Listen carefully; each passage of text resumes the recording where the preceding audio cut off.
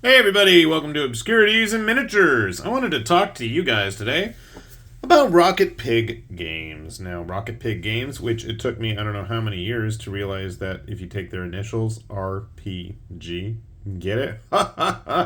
Yeah, I don't know if that was intentional or not, but it took me it was a long time. Anyway, they were one of the first to really make a strong impact on the 3D printing market with their hassle-free, no support needed, FDM compatible models like this orc from their Tusklands campaign.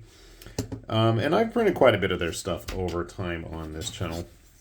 Another model from the Tusklands campaign. It's a hefty piece of resin.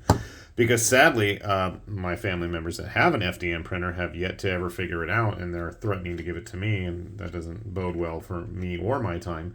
But I know as times have changed and new things have popped up and, new avenues to explore have occurred, I know that they've moved into traditional, resin supported printing, of which we have this guy that I totally painted up like Warduke. I don't know if he was supposed to, but absolutely I was painting him up like that. But they've had quite a bit of variety, and that's not actually what I want to talk about today. What I would like to talk about is their new Darkheim project. Now, Darkheim is a bit of an interesting gamble.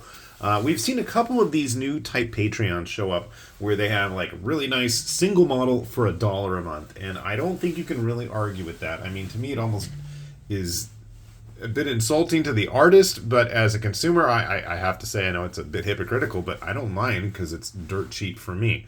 I guess the idea being that, if you come in with a low enough price point that you're going to bring in a lot more business. And I gotta say, I'm pretty intrigued and surprised and pleased with the results so far. So, along with a Kickstarter campaign, which they had the Duchess of Blasphemy or something like that, big resin-based supported model for $1, they started up a Patreon as well for a whole whopping $1. And that's what we can see here. So this was their first offering, and what was interesting was that they went ahead and decided to let everyone who was a supporter decide what the next coming few models are going to be based on a bunch of crazy polls. So it could go very wildly, but for $1, I'm like, hey, why not? Let's take a ride and see where things go, right? So this was their first offering, and it just was very interesting. We've got these little cherub demons and a undead suit of armor that is flying around with them. Now, this was a multi-part model. Everything actually went together quite well. My daughter, being as clumsy of person as I am, inadvertently knocked everything off the table. The left hand holding the sword did break. I did do my best to get that back where it needed to be. She did knock off a little bit of the crown as well there on the head. That pointed cap gives me some blasphemy shades of style as well. But overall, the model is pretty nice, well supported. Everything goes together the way it should. I didn't have any print failures. That's always a plus. What was kind of interesting was they had a version of this base with and without the point for the model to attach to. So if you wanted to stick it on something else, you obviously could.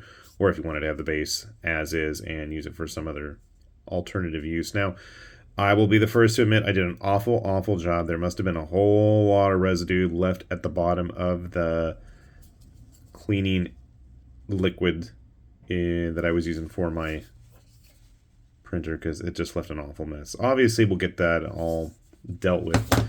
And we don't want to have that be indicative of RPG's quality, because I gotta say, like I said, no issues getting everything built, painted. We have more issues with the camera deciding what it wants to focus on there.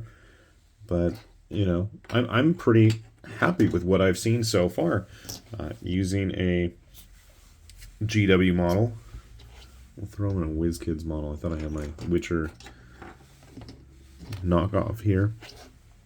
So you can see it's a pretty big kit. It's not as big as some of Rocket Pig's larger, crazier stuff, of which they actually had as add-ons for their dollar Kickstarter campaign.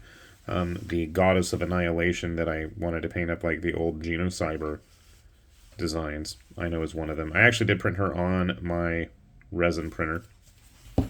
I might have shrunk her down, I can't tell you now. It's been a while since I printed her. But I know she's an option in there as well.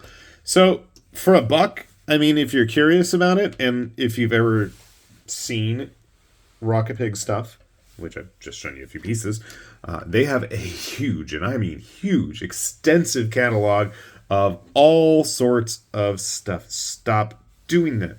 I'm getting really annoyed at the phone here. But yeah, they have a huge catalog, and I mean really, really huge. You can just really plumb the depths of just about any kind of fantasy archetype and find something that'll work in their back catalog or not, because they have just as many like steampunk alternatives, Lovecraftian eldritch monstrosities, you name it, it's there probably. Just absolutely massive kits if you want to go down that road of undertaking. I know they had like their giant zombie tower juggernaut thing that was like, I don't know how many feet tall, with spots for models to stand on. That was pretty nuts. But again, it's $1.